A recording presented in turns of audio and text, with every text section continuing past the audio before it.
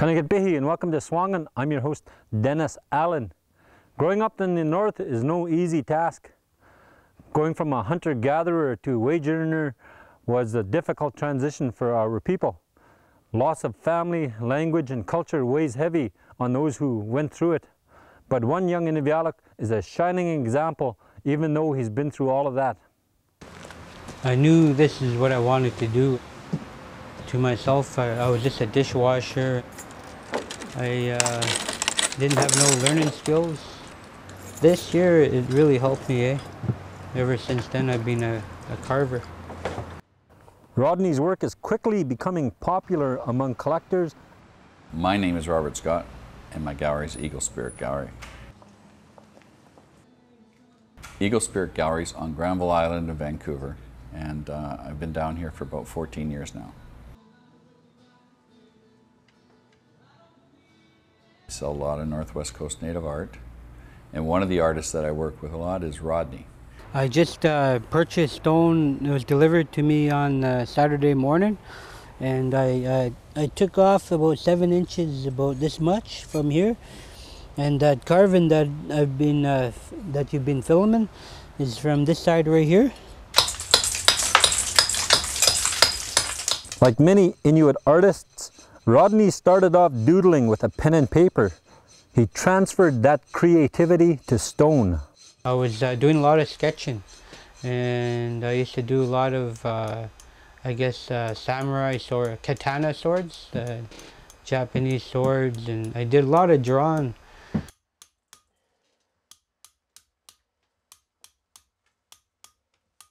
One of his cousins showed him how to do his first carving. 1988, my cousin Leslie Firth, he's a carver. He's a Gwich'in carver. He gave me a piece of stone and I made a drum dancer out of it. And from there I just had little carvings all the time, make little bears and seals. Aaron Sam owns Spirit Gallery in Horseshoe Bay, North Vancouver. My first impression of Rodney's work was that it was very detailed and every piece had a story. When people come into the gallery and see Rodney's work, they're just amazed at the detail and the finish and the stories that go behind them. The first time I came in contact with Rodney was I was working in Gastown, Heritage Canada, Vancouver, British Columbia. And at that time, I was a buyer for the gallery. So that's when I first met him. The personality of Rodney is amazing. He's one of the most humble, I would say. And it shows in his artwork also. There's a playfulness there. There's a dream that we all like to go maybe to, and Rodney gets it there in his work, and that touches people. People like it. They like it a lot. Rodney gets his inspiration from the raw material that he works with. The inspiration is sometimes if I buy the rock raw, like this one right here. This one is chlorite, and if I get it like this, I can see a dancing polar bear or a swimming polar bear, like on one front paw, or an owl. And sometimes I have an order, so I have to go look for that specific stone at the Giancarlo Stoneworks. That's where I buy my stone, and I have to, sometimes they tell me the way they want it, so I have to go look for that rock, and I just can't buy any rock. Rodney misses working with other carvers. I guess I wish I was back home up in Inuvik, or I could go to Inuvik or Tuk or Klavik and sit down with carvers from the Delta region and carve with them. Because a lot of times they're not carving by themselves, they're carving with 2 or 3 other carvers, and I miss that. You learn a lot from a different, from another carver, their style. And I see clips on TV sometimes, and I see carvers or master sculptors, and I look at them and I try and see through their eyes what they're doing, But it's quite obvious that Rodney is commanding his own unique style. I think it was a walking bear with a rider on the back or on the front of it, near the front of the head of it. So it's like a bear, a large bear, and it had a polar bear, and it had an Inuit wrapped around the front of his head with a spear in his hand, and it was quite like almost playful like. Obviously, I mean, you know, Inuit people can't ride on the backs of bears, right? So. His work is very different, and he has a lot of playfulness in his artwork. I started off here with the mother's body, her rear end here, because you have to start this way in order to get the head the accurate size, because if I just go here with the mother's head here, you know, it might not turn out the size of the carving. So, and I saw the female cub right here, she's looking this way, the mother's looking this way, and the female cub, she's climbing up on her mother. They got real sharp claws, they can just climb, and the male cub is underneath the mother, and his head is coming out between her legs here, her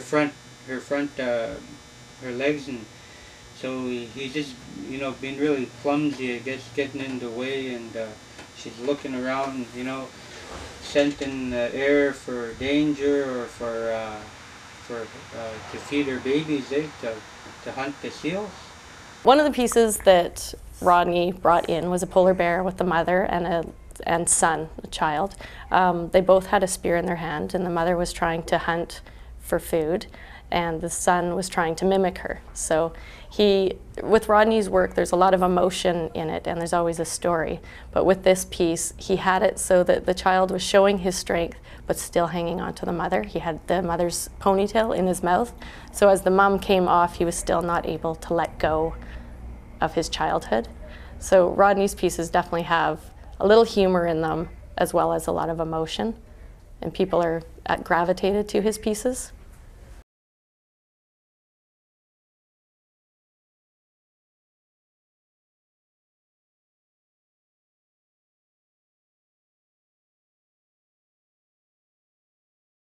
SUAANGAN, Our Strength will be right back with more from Inuvialuit artist Rodney Kolausok, right here on APTN.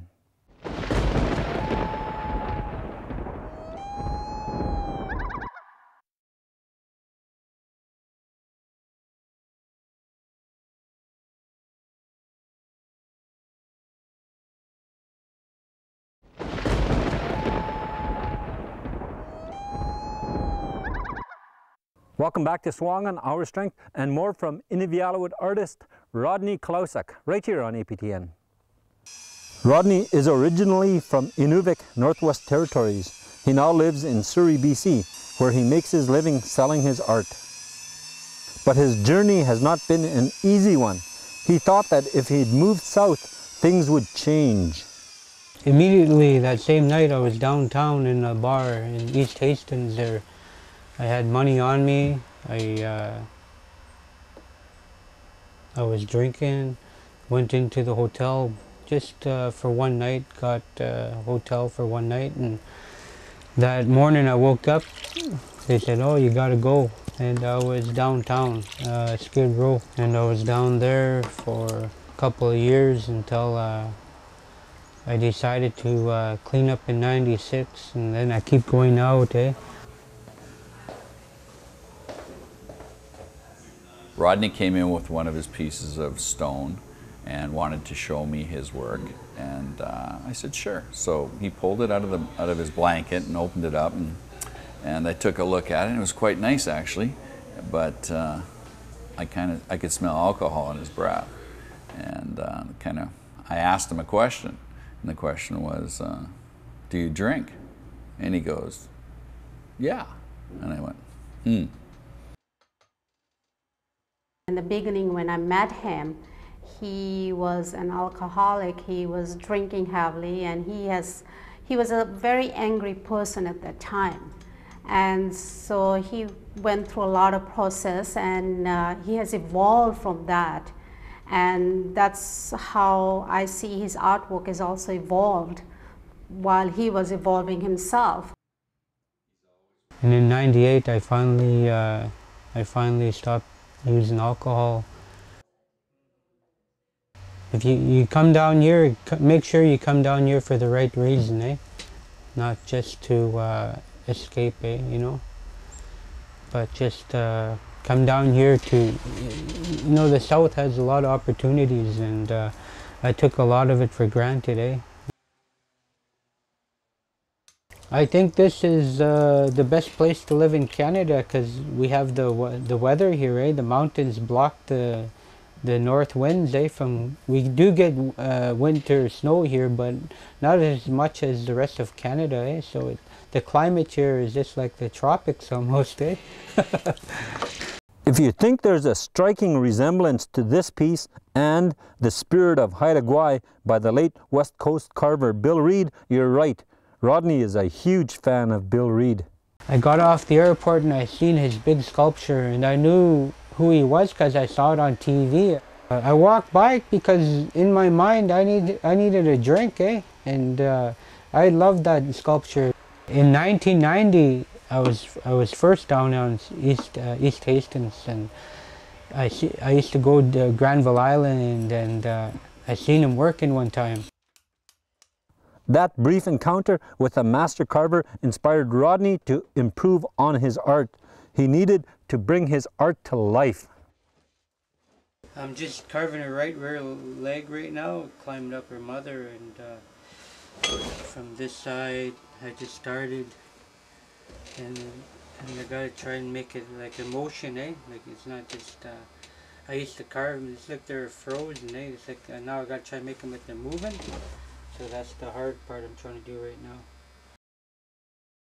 Rodney's work differs because most of the pieces I have are just of a bear or an eagle or one single animal, where Rodney's are more mythical and have sea creatures and birds together, or transformations, and he's taken stories and dreams that he's had or heard and made them into a piece.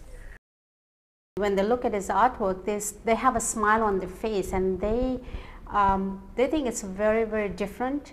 And he's such a talented artist that he can bring a life into this stone.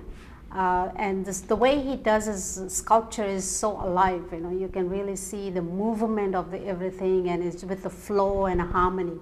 So people appreciate his work very much. Sure, but for some reason it just kept going that way, eh? And it turned out that way. He's very conscious of how people perceive his art, right? Like he watches you, but he's got a gentleness and a kindness about him where he wants you to almost look for something that's not right with it, you know? And it's not that he's looking for a flaw, but he's waiting for you to say, well, the eye on that bear's a little bigger than this one, or that paw seems like it's turned the other way.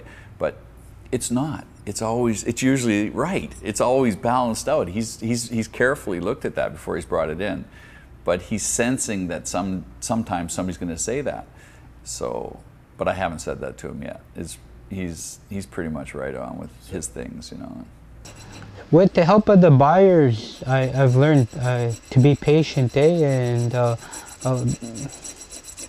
before I see my earlier work, and I can't even recognize it sometimes, eh? Some of them, and I look at them and say, I carved that, eh? And I guess I think about it, at that time I thought that was the best carving in the world, and some carvers down here, they said, oh man, you're a wicked carver, eh?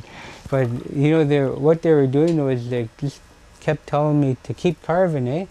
And that's what I tell some carvers I meet here when I see a carving, and I think the bear looks like a truck, the head looks like the front end of a Ford truck or something like that. And I say, man, you're a wicked carver. Keep carving, eh? And that's the way I carve too.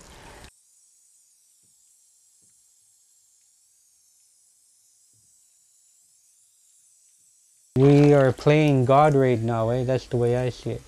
You know, this earth it didn't take, you know, like 5 billion years just for man to come along to ruin it. Polar bears are dwindling now, eh? Pretty soon, you know, 20 years from now, you might not see a polar bear. you know, because of the ice. I know that the Earth has a hot and a cold day, and we're going back to the hot, I believe. So maybe it's not man, but we're speeding up that process, eh? You know, even like sport hunters going up there to spend $20,000, $30,000 to shoot a bear, you know. Why not just give that $20,000, $30,000 to keep that polar bear around, eh? You know. That was Carver Rodney Kolausok, originally from Inuvialuit, Northwest Territories. Thanks for your time, Rodney. Keep up the good work and good luck from everybody back home.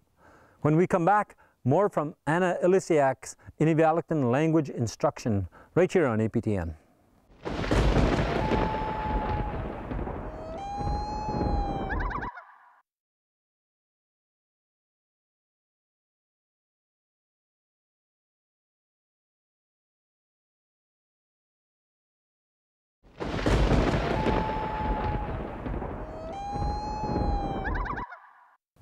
Welcome back to SUAANGAN and more Inuvialuit lessons with Anna Ilisiak right here on APTN.